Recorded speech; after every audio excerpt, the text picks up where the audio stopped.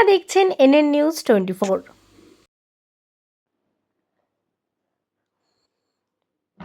শোকে স্তব্ধ সঙ্গীত দুনিয়া, থেমে গেল সুরের ঝংকার। 92 বছর বয়সে আমাদের সকলকে ছেড়ে চলে গেলেন সঙ্গীত জগতের অন্যতম সাম্রাজ্ঞী আশা ভোসলে। মুম্বাইয়ে 92 বছর বয়সে রবিবার শেষ নিঃশ্বাস ত্যাগ করেন তিনি। শিল্পীর মৃত্যুতে খবর নিশ্চিত করেছেন তার পুত্র আনন্দ ভোসলে।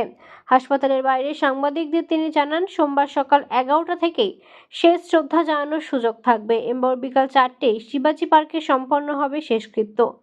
11 এপ্রিল শারীরিক দুর্বলতা এবং বুকে সংক্রমণের কারণে মুম্বাইয়ের ব্রিচ ক্যান্ডি হাসপাতালে ভর্তি করা হয় তাকে। সেখানেই তার মৃত্যু হয়। আশা ভোসলের প্রয়াণে শেষ হলো 8 দশকের বেশি সময় জুড়ে বিস্তৃত এক অসাধারণ সঙ্গীত যাত্রা। মাত্র 10 বছর বয়সে সঙ্গীতের জগতে প্রবেশ করেন তিনি। 1943 সালে মারাঠি ছবি মাঝা বালির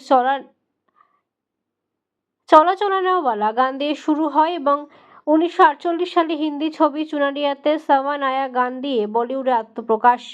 1957 সালের নয়া দৌর ছবির মাংকে সাথ তুমহারা এবং উড়েন যখন যখন জুলফে তৈরি গান এনে দেয় বিপুল জনপ্রিয়তা। সেই মতোই লতা মঙ্গেশকর, শামসাদ বেগম এবং গীতা দত্তের মতো দাপুটে শিল্পীদের মধ্যে নিজস্ব জায়গা তৈরি করে নেন তিনি।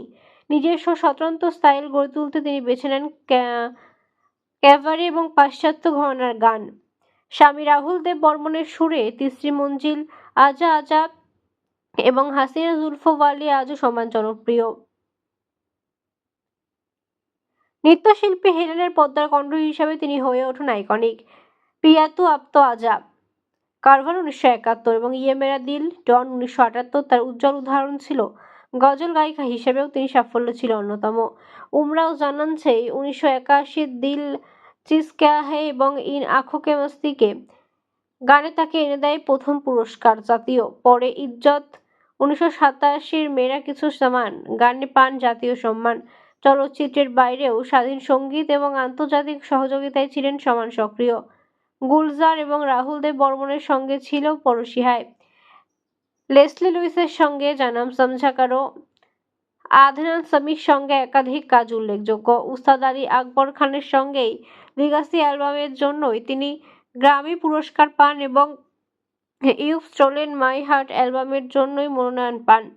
মারাঠি, বাংলা, তামিল, তেলেগু, কন্নড়, মালায়ালম, পাঞ্জাবি সহ একাধিক ভাষায় গান গেয়ে তিনি গড়েছেন অন্যান্য নজির। বিপুল সংখ্যক রেকর্ডিংয়ের জন্য তিনি তার নাম ওঠে গিনেস ওয়ার্ল্ড রেকর্ডসে। অসামান্য অবদানের স্বীকৃতি হিসাবে তিনি পেয়েছেন দাদা সাহেব ফালকে পুরস্কার এবং পদ্মভূষণ পুরস্কার। আশা ভোসলের প্রয়াণ সঙ্গীত জগতে নেমে এসেছে এক গভীর শোকের ছায়া। Bureau report, NN news 24।